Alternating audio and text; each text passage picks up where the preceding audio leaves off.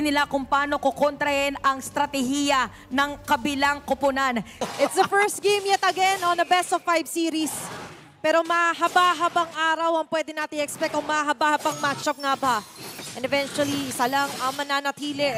Nakaharap bukas sa Falcons AP Bren. Pero mananatili pa rin ang pro si MP The King. Naku, ginamit yung flicker. Sabay Daytona's welcome. Ngayon, naka-out muna si Renny J. Hinahabol at hinahampas yung Dinosaur. First blood para kay Lord JM. Pero lumalaban ang Team Aurora. Ngayon naman si Edward. Ay! At nabitbit yung tatlo. Iuwi with that bit-bit. Ginawang mga kuting. Kinuha isa-isa. Ngayon naman si Perks. Ay aabante ni Lord JM versus 2. Edward dito ay nakikipagsabayan. Grabe naman! Man, and speaking of which, meron siyang isang makikita. Si Haji ang nakita niya dito sa hanip ng hard guard. Habang Tempest of Blade na nagamit din si Yui, binababa ng Lantern Flare. Ngayon, ibabalik ba? Hindi, naabutan. At si Perks ang kanyang pinupuruan dito. Buhay pa rin si Haji. Na mamanage at ma-maximize yung lilaw na yan. Pero doon sa may bandang taas. May nahuli doon sa hanip ng hard guard. Buhay pa rin. With that brilliance. Grabe naman si Doming. Pasok kayo ng mga members dito ng Team Aurora. Habang si Demon Kite ay nag-aabang din kung kailan siya tatalon. Nagamit na rin yung River Manipulation. Haji with a kill. Napatay niya dito itong si Doming. Ngayon naman ay si MP The King ang mamamatay. Si Demon Kite lumaatras din. Makakaligtas ang ilan sa mga members dito ng Blacklist International. At yung pangungula pa rin gumagalaw. Grabe, 2 sa 1 yung naging palitan doon. Yung pag-survive ay enough para maka-respo agad doon si Demon Kite. Okay, may pagbigay na rin na gagawin ng Team Aurora. Kaya Doming at matagumpay niyang mapapabagsak gamit yung 3 siege minions na yon. Habang nandito na naman yung Daytona's welcome. Walang tinamaan. Pasok si Demon Kite. Ngayon, sino ang aasahan dito ng Lord JM? Nakipaghampasan na lang yung Dinosaur. Kaya lang kasi, sinundot-sundot siya ng mga espada doon ni Demon Kite. And aside from that, is napakaganda ngayon timing and everything ng chemistry. At papasok pa sila, Yue! Naku po, kailangan lang umatras dito ng Blacklist. Pero hindi sila makakatras. Kasi nakuha na kagad dito si Hoya. Tapos ulit na gamit na din ni Demon Kite. Killing spree na ang Smiling Demon.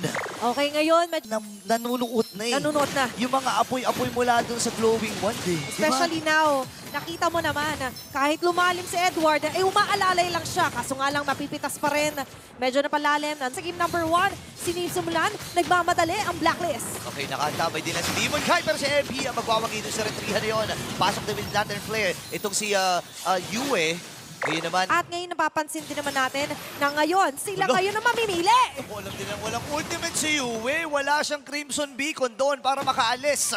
Dito sa proximity ng mid-lane turret, kaya babasagin na nila agad. Ngayon, the reaction na gusto nila makuha, hindi pa nila nakukuha. Pero ito muna yung magiging interaction. Okay, sanib yung hard guard. Habang nailapag na rin dito yung Zaman Force. Ngayon, si Edward yung tumatalon. Flicker na gamit na nga rin niya. Atras muna itong si Demon Kite. Sa ngayon, kahit kilala mo kasi, pwede ka pa rin gumawa ng mga plot twist. Pero yung Lord ay makukuha ni MP The King. Okay, dito na welcome ay na-cancel. Edward ay tumatalon din. Pero nandun yung Lantern Flare. Si Lord J magiging puti rin din. Nilapag na rin yung River Manipulation na habang si Ohem ay umaatras. Si Perks ay napaatras na rin. Buhay pa rin siya dito pero not for long. Ando na naman! Si Demon Kite ay nandun. Renny J nakuha na rin ang kill. Double kill na para kay Smiling Demon. Tempest of Blade Haji! para kay Haji. Nandun yung mga blades. At Demon Kite ay nakakuha. Actually, si Renny J nakakuha nun at wipeout para sa Blacklist International. Kaya na ata nilang tapusin itong game na ito. At ang Team Aurora will secure this game number 1. Diretso lang ang tingin. Aurora will light up the path and secure the first game laban sa Blacklist International.